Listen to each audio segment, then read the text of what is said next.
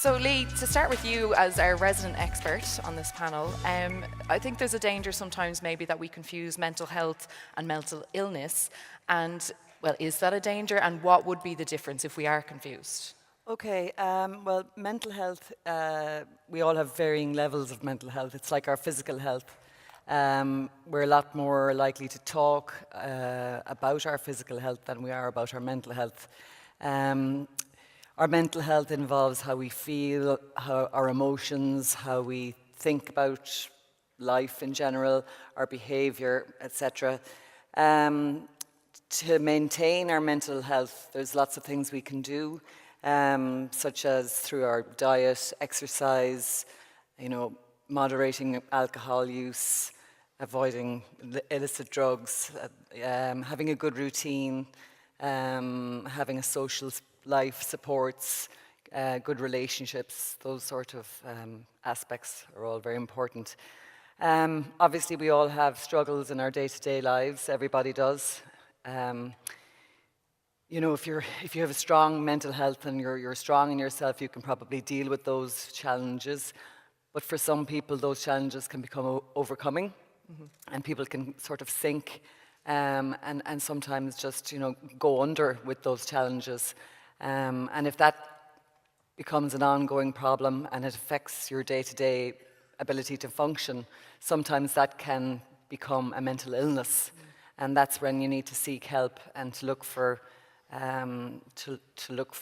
support and to look for that as soon as possible rather than waiting until it's too late, Like with any illness, you don't want it to progress. Absolutely, yeah. So the earlier you seek help and support, the better. And Laurent, in Janssen and Johnson, you've run as a company some mental health initiatives. What are some of the things that you do to address mental health among your employed staff? So I would say, Elaine, the first thing to say is that indeed we have a very special interest into mental health into Janssen. It actually started at the very beginning of the company. We were founded in the middle of the 50s by a Belgian scientist by the name of Paul Janssen. And he dedicated his life to medicine discovery. And actually his life really changed when he met a young boy in Liège, a city in Belgium, who was introduced to him because he was suffering from schizophrenia. And there was nothing that could help that young boy. So that's really how Paul Janssen, went into his first, major discovery into mental health. And he had a pretty good career, I have to say. I think nowadays he still holds an absolute world record, which is to have, 4 innovative drugs on the WHO essential drug list, and 2 of the 4 are for mental health. So this short story to say that this is really in the DNA of the company. So as you say, we nowadays, really continue that legacy, and we try to work really hard to bring solution to patients. Mental health is indeed a major public health issue, as Lee mentioned to it earlier. And things like depression or dementia are really an area where we are trying hard to focus. So in the workplace, you're asking what we are doing in the workplace. It's important for us that our employees come to the office, every day and feel at ease. That they really feel like they can be their best self. And for that, objective, we work hard on 2 dimensions, I would say. One is culture and work environment, and the other one is, offer to people a set of programs or resources that can help them, manage their mental wellness, basically. And culture is a very popular conversation about workplaces at the moment. And I think we can have an idea of what are the initiatives you can put in place for culture. But I'm very interested in those more proactive steps that you might be taking in terms of providing programs and support for people who come to you to say that they have an issue. And what are some examples of that? So I will go very briefly on culture. I mean, one thing that is important for us, we insist a lot on is, work-life balance. We believe that it's really important in the culture that people, feel free to do what is important to them. So to give you 2 very concrete examples, we encourage our people to spend 5 days a year to spend time in their local communities. If they want to volunteer for some charities of their local interest, we really encourage that. And that's actually something very successful within the team. We had, I think, 800 hours, of charity work given back to local community last year. So that helps a lot, that balance. And also, when it comes to family life, for example, last year we announced that new dad. I'm a dad myself. It's been a long time ago, unfortunately, so I did not get the benefit of that, but would be able to benefit from 8 weeks of paid leave, at the birth of their children. So that's really, very concrete benefit that people, can relate to understand what we mean by work-life balance. Now, you're asking what can we do directly to help the people? There is 2 things, I think, which are fundamental for us. We have training specifically for our people manager. They are in a unique place in the organization to help, the broader team. So we have decided this year for the first time to partner with a C-Change. C-Change, was mentioned by Anne earlier this morning. That's a fantastic, mental health organization. And we're going to train every single of our people manager to be better skilled at identifying early on potential early sign of mental concern, and also equip them with the right language capability to engage in the right conversation with the employee, which can be awkward if you don't know how to do that. So we hope it's going to be a major advancement in terms of prevention in the workplace. And finally, for most employees, we offer a set of programs to self-manage your mental wellness. One that I like very much is called Energy for Performance in Life. It was actually initially developed in the US by one of our startup company called the Human Performance Institute. And it was there to help professional athletes. So I'm speaking a professional tennis player or a professional NFL player that wants to go to the next level of his game. Well, this company that we have, we're working with those professional athletes, and we have adapted that to implement it into the corporate workplace. So very simply, there is 3 pillars. One pillar which is around how do you manage your energy at work the right way with smart, snacking techniques, for example.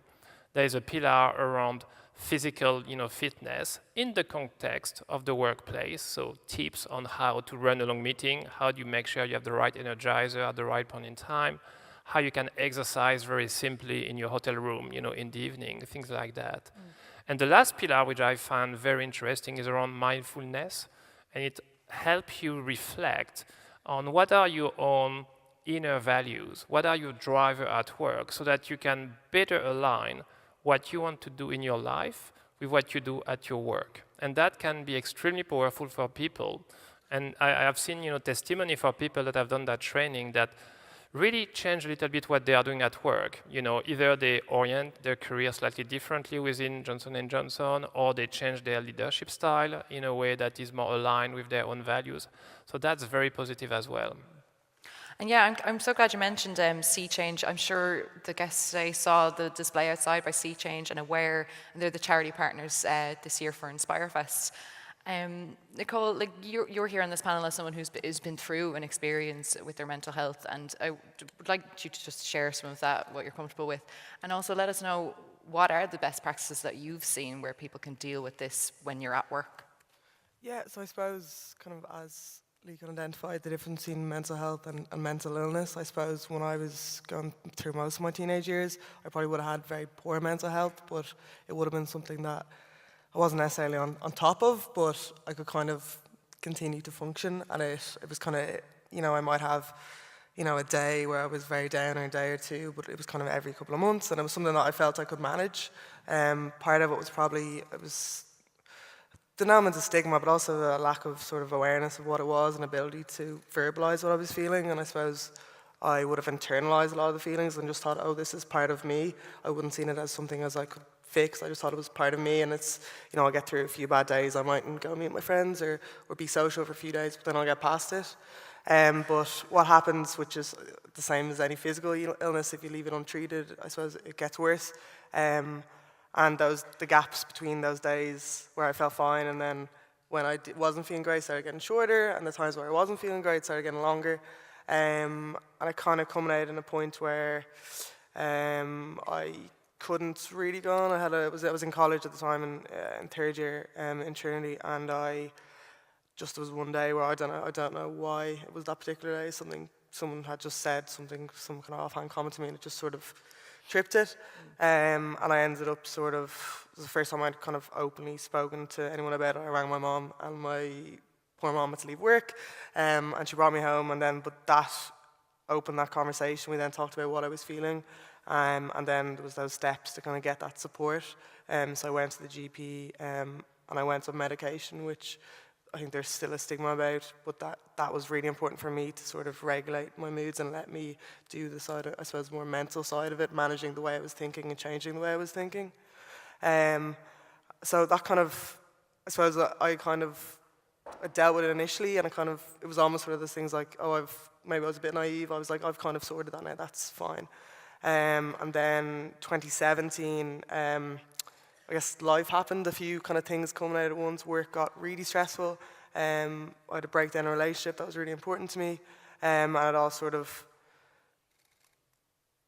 piled in on top of me again. And I suppose that was probably the worst phase of what I experienced, was a few months being very low. And I took time off work and football.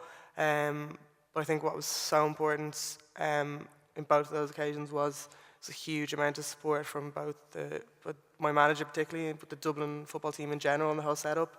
And then in work, I think it's one of those things that kind of when you have a physical illness, it seems a lot easier to sort of validate and say like, this is wrong with me. Basically, kind of in 2017 when I got to that point, I sat down one night, I had my first very, very bad panic attack. And I ended up kind of having to go to hospital to get something to just calm me down. And I ended up sitting there and I wrote a big long email to my boss, and originally it was my previous job where we were a small digital agency, so there was 10 of us, so we were quite close, and it was quite open, it was young, so there was an environment where I could speak about it. But I sent essentially a long email, and I just said, this is what I'm feeling, I'm really struggling to sort of be in work, to kind of hold myself together for this long. And work were brilliant, they were so supportive, there was no rush for me to come back to work. I had time, they kind of, they did things like send me flowers and, let me know that they were thinking of me, but there was no kind of pressure. And I kind of worked my way back in through, I kind of came in for a half day because it was just kind of being around people was so overwhelming. And then football again, football was always my escape. So then when that wasn't enough, that was terrifying. But again, kind of having that supportive environment to go into with people that care about you and know that, the way they're going to get the best out of you is if you're your best self. Similar in the workplace, if you're enabling your employees to feel like they're coming in and they're working towards something and means something to them and they're happy there, you're going to get a lot out of them as people. Yeah, and you've raised the points around stigma and taking these conditions as seriously as an illness. And I wonder, Lee, do you experience that in terms of treating people? Because if that's the culture and they're coming in, they need help, are they then reluctant to receive the help because of stigma and because they don't acknowledge that this is a proper illness? As I mentioned earlier on, it's much different to a physical illness. Everybody's quite happy to say that they're in hospital if they've had an appendectomy or what, for a physical reason.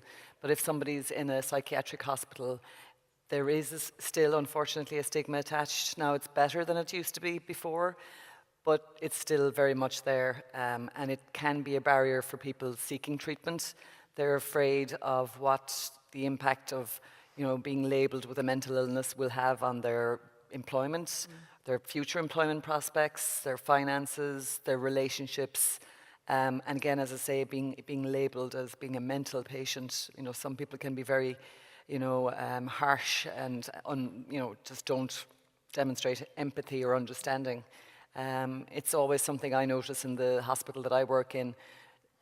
It's a psychiatric hospital. There are no get well cards anywhere. That's something I always notice, where you go into the Mater or Beaumont or whatever, a general hospital, and you'll see cards, you'll see flowers. Whereas people in mental health institutions, either don't have support, don't have people who will send those cards, or else haven't told anybody that they're there. So there's still they're hiding the fact that they've needed to seek help and that they may have ended up actually having to be admitted to hospital. Yeah. It's very interesting. From the other side, Nicole has said that was such a nice gesture when you received flowers when you were having trouble. So in terms of how people might be able to learn a bit more about this, all three of you are involved in an upcoming event later this month. So it's at the Bloom Festival on May 29th, I believe. That's right. Yeah. Yes, you're right. We are all working together with CISENG and Aware on this amazing project. So the idea that we had is how can we, call out to the public to do a few things. First, to try to educate the general public a little bit more about, mental illness, but more importantly, enroll them into a call for action, which is to break the stigma. So we had this idea that the Bloom in the Park Festival, which is a major festival in Ireland, I believe, last year about 120,000 people attended the event. So that's really a very large reach that we can, benefit from in that event. Could be leveraged with the idea to put together a team of people that are living with mental illness, or people that are caring for them, and or enroll them into a project to build a fantastic garden, which is the whole purpose of that festival. So we have been working with a fantastic head garden designer, Maeve O'Neill, and she has been going through a journey with this team of people living with mental illness, 5 workshops, to really ask them, tell me, how does it feel, to live the mental illness? We want that garden, to reference your life. So there's been a lot of very inspiring conversation on, how it looks like, the up and the down, and all that has been put into the design of the garden. So that's basically the idea behind this Bloom project. So clearly, I encourage all of you in the room, if you get the chance, to visit us. That's the June bank holiday at Phoenix Park. That's a fantastic garden that you would see if you have the opportunity to visit us. And Nicole and Lee, you were involved in workshops, is that right, for the event? Yeah, so obviously, kind of, as you were saying, the idea is to build a garden and make it as symbolic as possible, and to kind of infuse some of the experiences of people who are suffering or have suffered with mental illness. So part of what I did a part of a wicker weaving class. So we were building baskets using long wicker sticks. But no, I think in general, I love the idea of a garden in general. It wasn't the kind of main focus of this, but to me it kind of symbolizes, I suppose, growth and then a need to care. And I think that's a really important element, that there's the kind of outside, the kind of, you speaking of empathy and people around you understanding what you're going through, but also the need for all of us to continue caring for ourselves. I think that's something, from my experience, is something I took for granted, that I kind of, I fix this now, but I suppose our mental health is something that does need to be constantly nurtured, similar to a garden. It's a very powerful metaphor. And Lee, and your involvement? Yeah, so I went along to, there was Botanic Gardens, was the workshop that I attended, and I have a number of my own patients are actually involved in this project, and they're finding it very exciting. They're very enthused and energized about being part of it. It's a great sense of achievement for them to be involved in such a big project that has, is going to gain so much. It's going to increase public awareness about mental health issues. So it's been an absolutely wonderful experience for them. Yeah. We, even in our own team, we have a gardening group every week. We have a day centre, and it's our most well-attended group. Everybody really enjoys it. Everybody likes the feeling of being outdoors, of the sense of achievement of growing vegetables, of seeing plants, flowers blooming, etc. It's had a very positive impact on a lot of our patients, plus the social aspect of it as well. It's not just about the gardening, it's about getting together, having cups of tea together, talking to people about their experiences with their medications or their whatever psychological therapies. And getting a community vibe going absolutely, on. Yeah. It's like feeling included in the community and feeling like you're part of something. That's very important. Very much so. Thanks so much for discussing this with me and sharing personal stories as well. I'm sure that you might have questions coming up to you from people in the audience, and Aware and See Change have stands outside, so go and talk to them and check out their lovely flower display. And thank you to Laurent, to Nicole, and to Lee. This has been really interesting. Thank you.